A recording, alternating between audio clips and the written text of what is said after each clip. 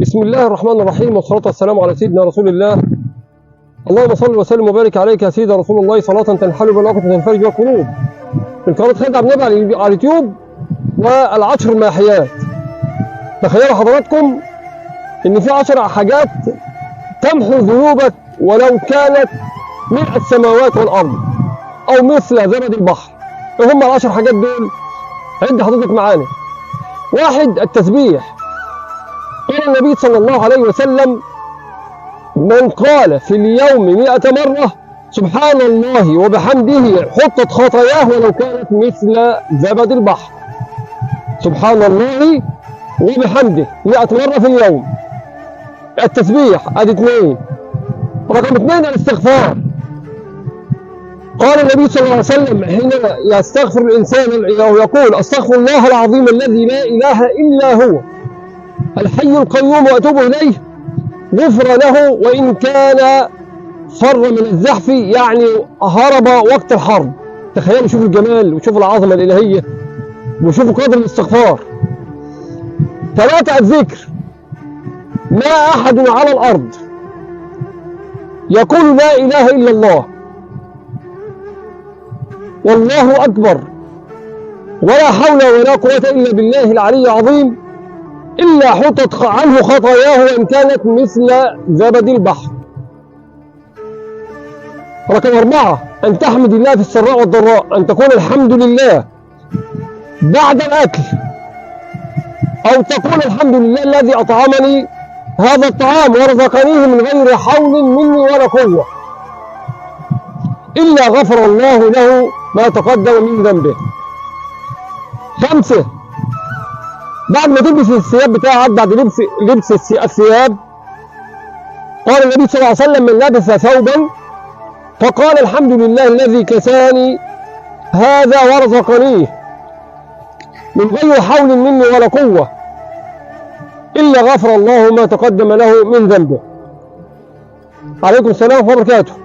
رقم 6 بعد الأذان، من قال حين يسمع الأذان: لا إله إلا الله وحده لا شريك له، له الملك وله الحمد وحده لا شريك له، وأن محمدا عبده ورسوله، ورضيت بالله تعالى ربا وبالإسلام دينا وبسيدنا محمدا صلى الله عليه وسلم نبيا ورسولا وبالكعبة قبلة وبالقرآن إماما، إلا غفر له ذنبه. رقم 7 بعد الوضوء أو عند الوضوء، قال النبي صلى الله عليه وسلم: من توضأ فأحسن الوضوء خرجت خطاياه من جسده حتى تخرج من أظافره. تخيلوا شوف عظمة الوضوء. رقم 8 بعد الصلاة، بعد ما تصلي، يقول النبي صلى الله عليه وسلم: في دبر كل صلاة 33 سبحان الله والحمد لله ولا إله إلا الله، وتكمل ب100 لا إله إلا الله الله أكبر ولا حول ولا قوة إلا بالله العلي العظيم إلا غفرت خطاياه إن كانت مثل زبد البحر. رقم 9 قبل النوم. عند النوم، من قال حين يأوي إلى فراشه، يعني داخل ينام أهو: لا إله إلا الله وحده لا شريك له الملك وله الحمد وهو على كل شيء قدير ولا حول ولا قوة إلا بالله العلي العظيم، سبحان الله والحمد لله ولا إله إلا الله والله أكبر، غفرت ذنوبه أو خطاياه إن كانت مثل زبد البحر. بعد النوم بقى، لو أنت نايم أو بعد وأنت في عز نومك وقمت قلقت أو دخلت تعمل حمام أو قمت تذكر الله عز وجل، شوف العظمة. من تعارى من الليل، يعني من قام من الليل وقال لا إله إلا الله وحده لا شريك له الملك وله الحمد وهو على كل شيء قدير، الحمد لله وسبحان الله ولا إله إلا الله والله أكبر ولا حول ولا قوة إلا بالله العلي العظيم، ثم يقول: اللهم اغفر لي، أو دعا استجيب له. سبحان الله العظيم. عظمة بعدها عظمة وروحانيات إلهية وحاجات بسيطة جدا جدا. ذكر الله يا جماعة والاستغفار، الذكر والاستغفار، وطبعا الصلاة، أذكار الصلاة كمان.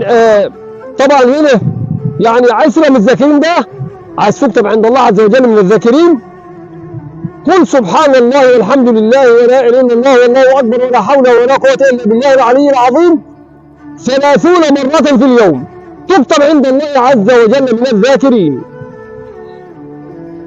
هذا الدعاء يغفر به الله عز وجل جميع ذنوبك. اللهم اغفر لي خطيئتي وجهلي وإسرافي في أمري وما أنت أعلم به مني. اللهم اغفر لي جدي وهزلي وخطئي وعمدي وكل ذلك عندي.